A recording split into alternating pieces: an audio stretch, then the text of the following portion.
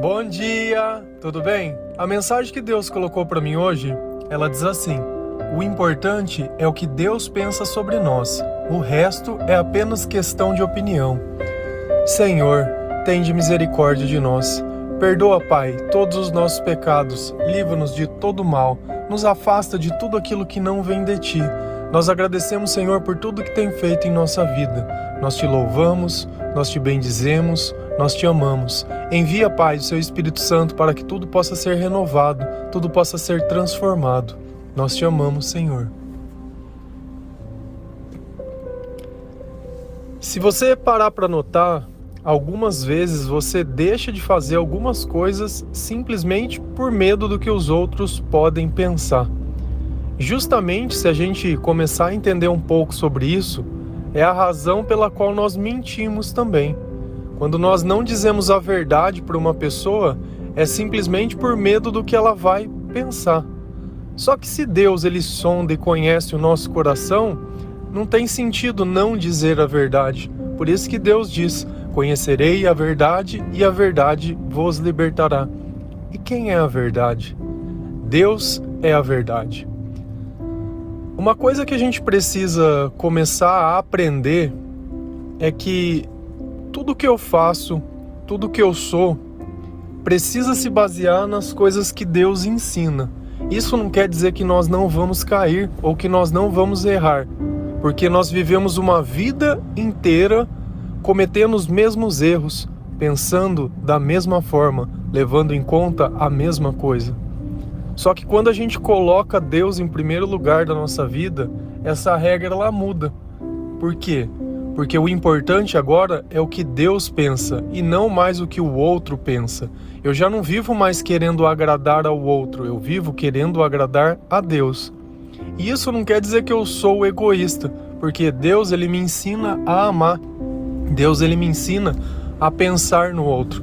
E por esse simples fato, quando eu coloco Deus em primeiro lugar, eu não preciso mais achar que eu vou ser injusto com outras pessoas. Eu sei que nem sempre é fácil a gente simplesmente fazer isso. A mudança, ela não vem por vontade. A mudança, ela vem por inspiração divina. E essa passagem que eu vou ler para vocês hoje é uma passagem que eu gosto muito e eu acredito que é uma passagem que ajudou eu me libertar do pensamento das outras pessoas. Porque no passado eu me importava muito. Eu queria muito que as pessoas olhassem para mim e vissem que eu era uma pessoa boa. Hoje eu não faço mais questão disso. Eu quero que as pessoas olhem para mim e vejam a Cristo. Ou olhem para mim e vejam justiça.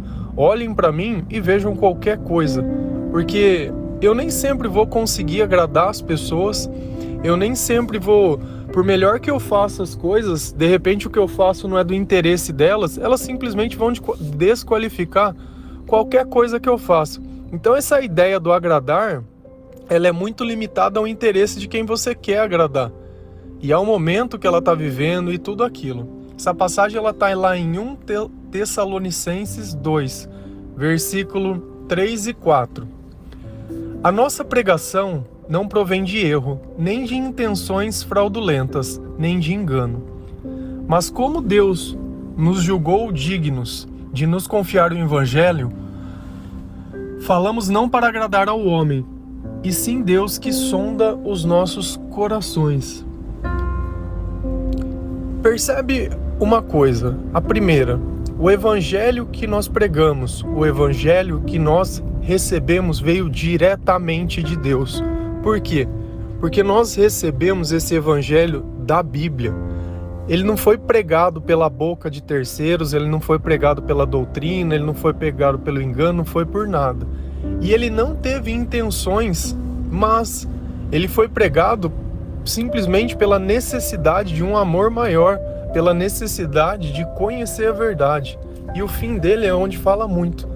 Não pregamos para agradar aos homens, e sim a Deus que sonda os nossos corações. E é justamente isso que eu sempre falo para vocês. Quando alguém te perguntar alguma coisa, se preocupe mais em dizer a verdade do que em agradar essa pessoa. Porque muitas vezes você vai ser o único canal de referência que essa pessoa tem. Enquanto todos muitas vezes mentem para uma pessoa porque julgam que essa pessoa é fraca, ela nunca encontra a oportunidade de mudar através da verdade. Eu posso dizer sim que uma pessoa ela não está bem, e nem por isso eu estou colocando essa pessoa no chão ou estou menosprezando essa pessoa. Muito pelo contrário, porque toda vez que Deus diz a verdade para uma pessoa, Ele também dá uma condição de que isso seja mudado. Mas o que eu quero dizer com isso? Talvez você se olhe no espelho todos os dias e não se sinta contente com a sua aparência. Você sente que deveria fazer algo, mas não tem força. E muitas vezes não tem vontade. Tudo que você começa, você deixa no meio, parece que é sempre mais fácil você se entregar. Então toda vez que você pensa em fazer algo, o que você vê é sempre fazendo algo que te prejudica ainda mais. Tudo fracassa. E de repente você encontra alguém e pergunta, olha, você acha que eu tô assim? Você acha que eu tô assado? E a pessoa diz, não, você tá ótima, amiga. Você tá ótima. E a pessoa ela não está ótima e ela não está se sentindo. Por isso eu falo, os nossos sentimentos são a boca de Deus. Se você confiar mais nas coisas que você sente, você vai encontrar força para fazer aquilo que você nem imagina. E eu já participei da transformação de diversas pessoas nesse sentido, onde um simples incentivo, um simples estar junto ou uma simples reeducação acaba fazendo toda a diferença. Mas não é apenas uma coisa de disciplinar os meus hábitos, mas de colocar Deus dentro da minha vida. Porque o controle que eu quero ter sobre as coisas, ele depende de Deus. Não adianta nada eu levantar todos os dias ou eu criar uma rotina extremamente complexa se dentro de alguns poucos dias eu já fico doente e perco todo o resultado que eu consegui. O que nós temos que fazer é tudo com ordem e com decência. Senão a gente vai viver aquele velho efeito sanfona. Eu ganho e perco, ganho e perco, ganho e perco. Você não consegue viver lá em cima, você não consegue viver na plenitude. E uma coisa eu pergunto para você. Se Deus sonda e conhece o seu coração, você acha que tem necessidade muitas vezes de ficar reclamando das coisas? De ficar querendo convencer Deus de uma coisa que Ele já sabe? Então, por isso que você percebe que nas nossas orações diárias, a gente nunca pede nada para Deus, porque Deus ele conhece as nossas necessidades e nós confiamos no nosso pastor. Se existe um pastor que cuida das ovelhas, é porque esse pastor entende as necessidades dessa ovelha. E esse é o ponto em questão. Agora tem uma coisa que é bem curiosa. Vamos imaginar que você tem um conjunto de amigos, você tem um conjunto de pessoas que você se relaciona. Toda vez que você sai, você encontra um monte de pessoas. Percebe que tem amigos nossos que eles têm o dom de nos deixar para baixo. Talvez alguém da sua família, talvez alguém do seu trabalho, talvez um estranho que você esteja lá servindo dentro do teu emprego, e sempre vem alguém para roubar a nossa paz. E sempre que eu penso em roubar, eu lembro do nosso amigo, que ele só tem uma única função na Terra: roubar, matar e destruir. Então ele tenta surrupiar tudo aquilo que Deus fez e tirar tudo aquilo que ele não consegue dar para as pessoas, para que assim ele possa sobreviver. Então nem todas as pessoas que nós conhecemos ou que nós nos relacionamos, essas pessoas estão abrigando o Espírito de Deus.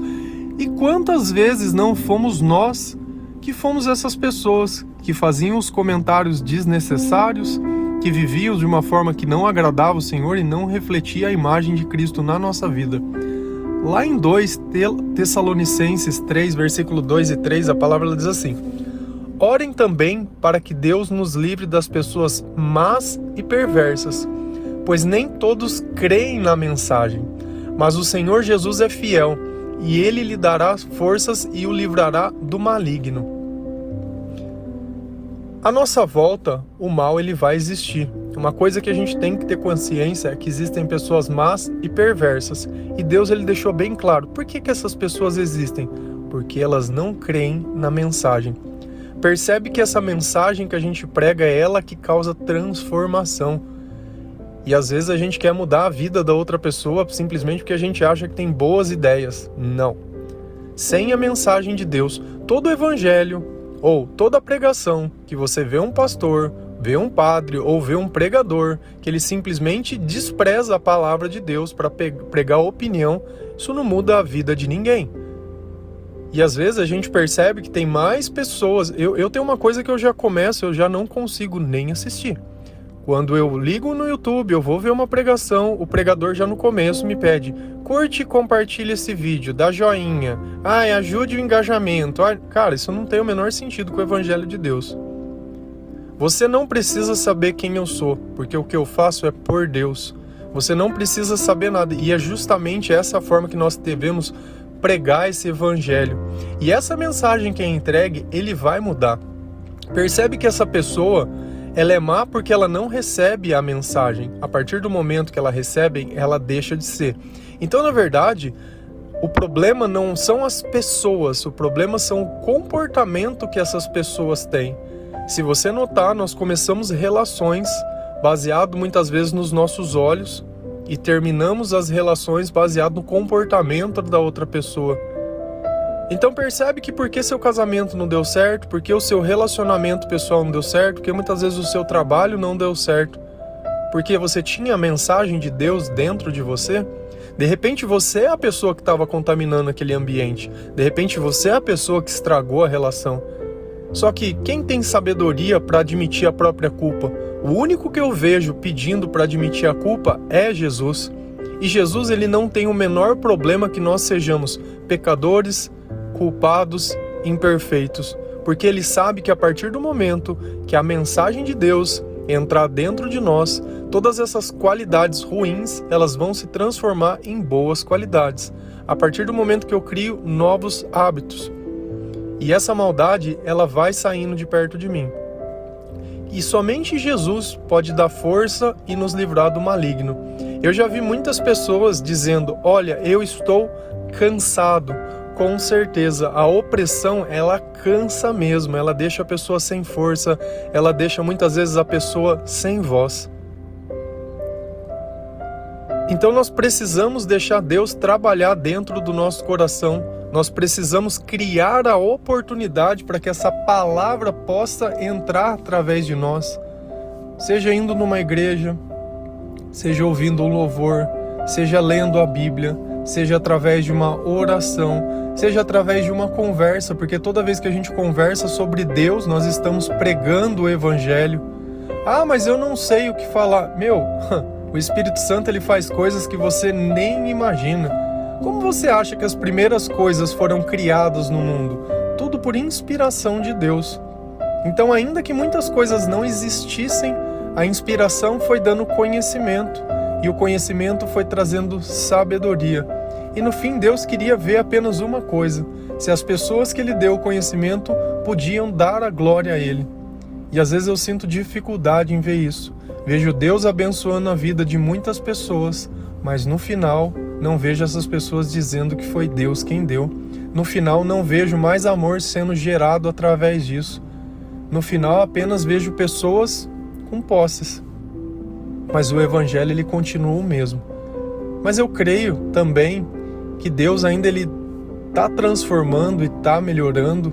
E não existe apenas o que eu vejo, porque a minha visão é limitada ao meu conhecimento. Existem muitas coisas ainda, talvez muito maiores. E Deus, ele vai revelando, né? O nosso Deus é Deus de mistérios. Nosso Deus é um Deus que o nosso conhecimento e a nossa capacidade não consegue compreender.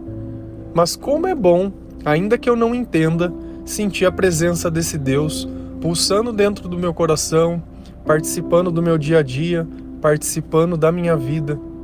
Um Deus que tenta se mostrar presente o tempo todo. Uma coisa que nós devemos aprender a valorizar são as pequenas coisas que nós recebemos todos os dias de Deus. Se você acordou hoje, louve ao Senhor, porque muitos gostariam de acordar, mas estão presos dentro de uma cama de hospital. Se você pôde olhar num espelho, pegar uma escova de dente, escovar o seu dente, saiba que muitos hoje não têm nenhuma casa, que eles moram na rua. Eles não têm esse privilégio de poder usar um banheiro, de ter uma água quente, de ter um sabonete, um shampoo. E muitas vezes você tem todas essas coisas e é como se você não tivesse nada, porque o teu celular não é de última geração. De repente você abre um guarda-roupa que está cheio de roupas. Você não passou frio, não passou nada, mas não tem nenhuma roupa que você goste? Quantos não tem nenhuma roupa para escolher e dependem da roupa que outras pessoas podem doar ou podem dar? Que você chega na sua casa, abre muitas vezes a geladeira e tem às vezes uma coisa simples para comer, mas dá para matar a fome. E quantos não tem nem o que comer? Nem para ele, nem para os filhos, em nada. Eu não imagino o sentimento de um pai que tem uma boca para alimentar, ou de uma mãe, e não tem o que dar para esse filho comer, ou que muitas vezes dá para o filho comer e ela não tem o que próprio comer. E às vezes a gente tem tudo isso e vive como se não tivesse nada. Muitas vezes o emprego que você reclama, uma outra pessoa daria tudo para ter esse emprego. Percebe que às vezes aqueles R$5 que você tem na carteira e não tem nada, quando você dá para uma pessoa como esmola, ou R$10, você ganha um sorriso. Aquele R$1 que não vale nada, quando você vai pagar uma conta e sobra um troco, você deixa para outra pessoa, você também ganha um sorriso. E não é o valor do dinheiro ou da moeda, mas é o valor do gesto. Percebe que num mundo hoje onde tudo é pago, você não recebe nada de graça. Por mais que você ache que alguma coisa está vindo de graça, não está. Sempre tem alguém pagando, sempre tem alguém se doando, sempre tem alguém amando. E é esses pequenos gestos que nós devemos aprender a valorizar, porque muitas vezes nós menosprezamos as pessoas ou invalidamos tudo aquilo que ela é por uma simples palavra. Olha, a partir desse instante, não importa tudo que você me fez, eu vou te bloquear porque uma das coisas que você disse eu não tenho sabedoria e eu não suporto ouvir. Só que nós temos que fazer escolhas, e é justamente isso. Por quê? Porque o mal, ele vai estar na nossa volta. Existem pessoas más e perversas, e dessas pessoas nós temos que nos afastar. Ah, mas e aí? E aí que em algum dado momento, e a gente percebeu que quando Jesus estiver forte em nós, o maligno, ele não vai conseguir tocar em nós, então nós voltamos para anunciar o evangelho para essa pessoa. E caso ela queira, porque a palavra de Deus ela nunca deve ser imposta. As pessoas acreditam porque elas querem acreditar. Por mais que eu ache que Jesus ele tem o bem para todas as pessoas, eu tenho que deixar que as pessoas queiram esse bem. Sem isso não existe transformação, não existe renovação. Você não vai na igreja porque você aprendeu com seus pais isso ou porque as outras pessoas vão. Você vai na igreja para encontrar o Senhor, porque assim é a sua vontade e o seu sentimento é assim. Se você faz algo e sempre pensa em alguém para fazer, tá errado. Nós temos que pensar em Deus para fazer algo por alguém. Aí isso vai ser de forma genuína. Amém? Que o Senhor abençoe ainda mais a sua vida, que Ele dê a graça a você de saber o valor de todas as coisas, o dom da gratidão, o dom do agradecimento, que você possa se satisfazer dentro da tua vida, que o Evangelho seja a sua luz e que ele conduza até os passos aonde Jesus quer que você chegue, que você encontre o seu propósito e que o amor esteja acima de tudo na sua vida. Que o Senhor dê uma porção de paz, de esperança, de amor e de cura. Que Ele dê um pouquinho de alento, que Ele dê força, que Ele dê sabedoria e perseverança. Amém? Que Deus abençoe cada um de vocês.